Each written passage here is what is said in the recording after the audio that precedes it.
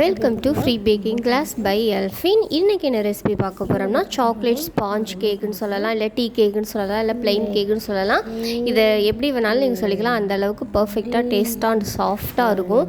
நான் கொடுத்துருக்க அளவுகள் படி நீங்கள் கரெக்டாக செஞ்சிங்கன்னா கண்டிப்பாக பர்ஃபெக்டாக வரும். ரெண்டாவது எல்லாமே கப்பு 250 ml கப்லேயும் சொல்லியிருக்கேன். ரெண்டாவது பார்த்திங்கன்னா கிராம்ஸ்லேயும் சொல்லியிருக்கேன். அதனால் உங்களுக்கு கால்குலேட் பண்ண ஈஸியாக இருக்கும்.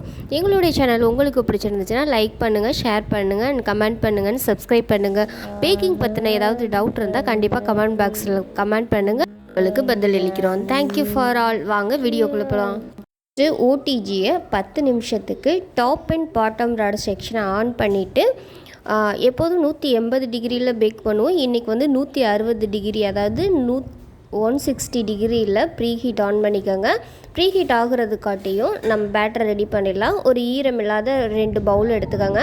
இதில் நான் ஒரு ரூம் டெம்பரேச்சரில் உள்ள 3 முட்டை எடுத்திருக்கேன். அதாவது நீங்கள் ஃப்ரிட்ஜிலேருந்து யூஸ் பண்ணுறீங்கன்னா 3 மணி நேரத்துக்கு முன்னாடியே வெளியில் எடுத்து வச்சுருங்க. இந்த 3 முட்டையோட வெள்ளைக்கரு தனியாக, மஞ்சள் கரு தனித்தனியாக எடுத்து வச்சுக்கோங்க.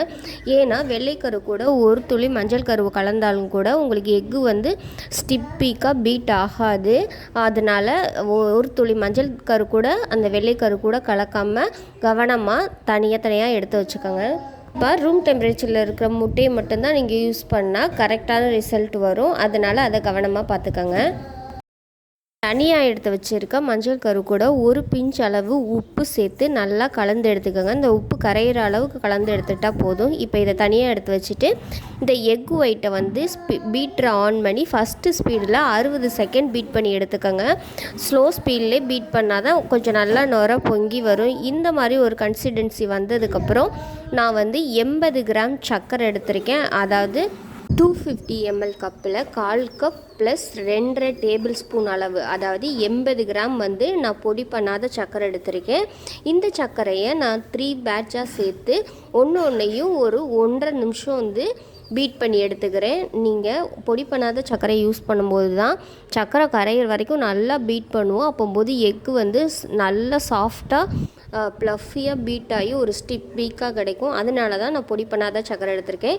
நீங்களும் பொடி பண்ணாத சர்க்கரை எடுத்து பாருங்கள், ரிசல்ட்டு நல்லாவே கிடைக்கும். இந்த மாதிரி ஒரு ஸ்டிப் பீக்காக வர்ற வரைக்கும் நீங்கள் பீட் பண்ணணும். மேக்ஸிமம் ஒரு 5 நிமிஷம் பீட் பண்ணுற மாதிரி இருக்கும். இந்த மாதிரி பீட் ஆனதுக்கப்புறம் இதை வந்து கீழே கவுத்து பார்த்தீங்கன்னா ஒரு துளி கூட வந்து கீழே சிந்தாமல் இருக்கணும். அந்த அளவுக்கு பீட் பண்ணிங்கன்னா நீங்கள் கரெக்டாக பீட் பண்ணியிருக்கீங்கன்னு அர்த்தம். இது கூடவே நம்ம உப்பும் மஞ்சள் கருவும் கலந்து வச்சுருக்க கலவை வந்து 2 பேட்சாக சேர்த்து ஸ்பீடை வந்து ஃபஸ்ட்டு ஸ்பீடில் வச்சு ஒரு 10 செகண்ட் வந்து பீட் பண்ணி எடுத்துக்கோங்க. இது ரெண்டும் கலந்தால் போதும், ரொம்ப போட்டு பீட் பண்ணணும்னு அவசியம் இல்லை. இந்த மாதிரி கலந்ததுக்கப்புறம் பீட்டரை ஆஃப் பண்ணிவிட்டு ஒரு ஸ்பேச்சுலா வச்சு ஈவனாக வந்து மிக்ஸ் பண்ணி எடுத்துக்கோங்க. ரொம்ப மிக்ஸ் பண்ணிடாதீங்க, ஃபோம்லாம் அடங்கிரும். லைட்டாக இந்த மாதிரி ஓவரால் மிக்ஸ் பண்ணி எடுத்திங்கன்னா போதும். இது கூடவே நான் ஒரு ட்ரையான பவுலில் ஒரு சல்லடை வச்சுட்டு அந்த சல்லடையில் 50 ml கப்பில் 1/2 கப் மைதா ப்ளஸ் 2 டேபிள் ஸ்பூன், அதாவது கிராம்ஸில் 75 கிராம் மைதா எடுத்திருக்கேன். கூட கார்ன்ஃப்ளவர் மாவு 1 டேபிள் ஸ்பூன், அதாவது கிராம்ஸில் 7 கிராம் எடுத்திருக்கேன். 1/2 டீஸ்பூன் அளவு பேக்கிங் பவுடர் எடுத்திருக்கேன், அதாவது 2.5 ml மெஷரிங் ஸ்பூனில் எடுத்திருக்கேன். இதை எல்லாத்தையும் நல்லா சலித்து கலந்து எடுத்துக்கோங்க. ஏன்னா நான் 3 டைம் வந்து சலித்து எடுத்துக்க போகிறேன். நீங்கள் 3 டைமும் சலித்து எடுக்கிறதுனால ஒரு பிரச்சனை இல்லை. சலிக்கிறதுனால கார்ன்ஃப்ளவர் மாவும் நல்லா எல்லா மாவு கூடையும் மிக்ஸ் ஆகி கிடைக்கும். அப்போ வந்து கேக் வந்து ஒரு ப்ளஃபியாக உங்களுக்கு சாஃப்டாக ஹைட்டு கம்மியாகாமல் இருக்கும். அதனால தான் 3 டைம்ஸ் வந்து சலித்து எடுத்துக்க சொல்கிறேன். இப்போ 3 டைம்ஸ் சலித்து எடுத்ததுக்கப்புறம் நம்ம ரெடி பண்ணி வச்சுருக்க எக்கோட இந்த மாவை வந்து 3 பேட்சாக சேர்த்து நல்லா கலந்து எடுத்துக்காங்க. ஓவராக போட்டு ஓவர் மிக்ஸ் பண்ணிட்டீங்கன்னா அந்த எக்கோட ஃபோம்லாம் அடங்கிரும். அப்படி அடங்குச்சுன்னா கேக் வந்து ஹார்டாயிரும், ப்ளஃபியாக வராது. ரெண்டாவது பார்த்திங்கன்னா அப்படி கேக் வந்து நீர்த்து போனாப்பில் மேலெல்லாம் அப்படி லைட்டாக பிசு பிசுன்னு ஒட்டும், அந்த மாதிரி வந்துடும். அதனால் ஓவர் மிக்ஸ் பண்ணிடாதீங்க. நல்லா மெல்ல பொறுமையாகவே கிண்டி இந்த மாவையும் முட்டையும் ஒரு நல்ல ஒரு பேட்டராக ரெடி பண்ணி எடுத்துக்கோங்க. இப்போ ரெடி பண்ணி பேட்டரை வந்து ஓரமாக வச்சுட்டு ஒரு ட்ரையான பவுலில்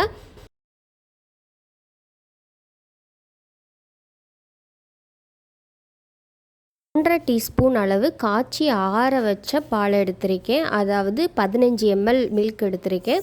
இது கூடவே 45 ml அதாவது 4 டேபிள் ஸ்பூன் ப்ளஸ் 1 டீஸ்பூன் அளவு வாசனை எதுவும் இல்லாத எண்ணெயை தான் நான் எடுத்திருக்கேன். இதை இது கூட சேர்த்துட்டு நல்லா ரெண்டும் மிக்ஸ் ஆகுற அளவுக்கு கலந்து எடுத்துக்கோங்க. அதாவது எண்ணெயும் பாலும் கலந்தால் போதும், ரொம்ப மிக்ஸ் பண்ணணும்னு அவசியம் இல்லை. இது கூட 1/2 டீஸ்பூன் அளவு எசன்ஸ் சேர்த்துருக்கேன். இது மேலே ஒரு சல்லடை வச்சுட்டு கரெக்டாக 15 கிராம் கோகோ பவுடர் எடுத்திருக்கேன். அதாவது 2 டேபிள் ஸ்பூன் அளவு cocoa powder, dark cocoa powder எடுத்திருக்கேன். இதை நல்லா மிக்ஸ் பண்ணிங்கன்னா தயிர் திரிஞ்சு வரும்ல, அந்த மாதிரி ஒரு டெக்ஸ்சரில் வரும். அதனால் பயப்பட வேண்டாம்.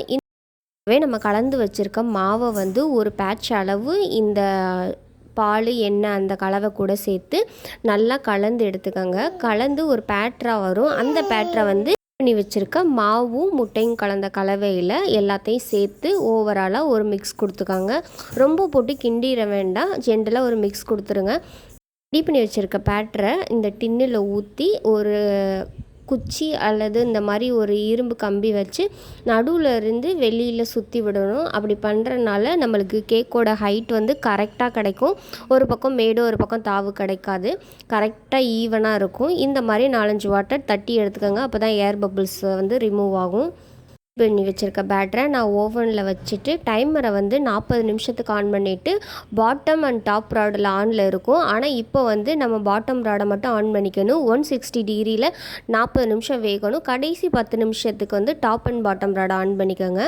இப்போ எனக்கு 40 நிமிஷத்தில் கேக் நல்லாவே வெந்திருக்கு. இப்போ பட்டர் பேப்பர்லாம் ரிமூவ் பண்ணி எடுத்துக்கலாம். பார்த்தீங்கனாலே தெரியும் எவ்வளோ ஒரு அடர்த்தியாக, எவ்வளோ ஒரு பர்ஃபெக்டாக, எவ்வளோ ஒரு சாஃப்டாக இருக்கும்.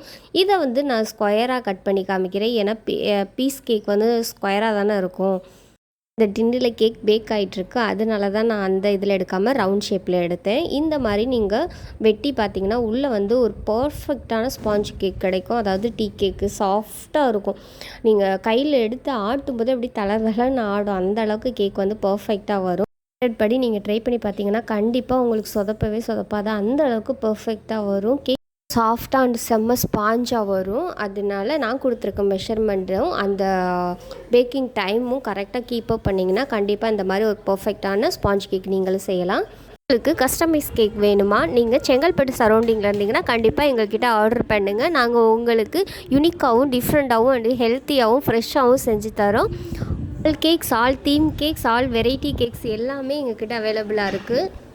அவங்க கால் பண்ணி ஆர்டர் பண்ணிக்கலாம். என்னுடைய சேனல் உங்களுக்கு பிடிச்சிருந்துச்சுன்னா லைக் பண்ணுங்கள், ஷேர் பண்ணுங்கள், கமெண்ட் பண்ணுங்கள், சப்ஸ்கிரைப் பண்ணுங்கள். பேக்கிங் பற்றின ஏதாவது டவுட் இருந்தாலோ அல்லது தகவல் தேவைப்பட்டாலோ எங்களுடைய கமெண்ட் பாக்ஸில் கமெண்ட் பண்ணுங்கள். நாங்கள் உங்களுக்கு ரிப்ளை பண்ணுறோம். Thank you for all.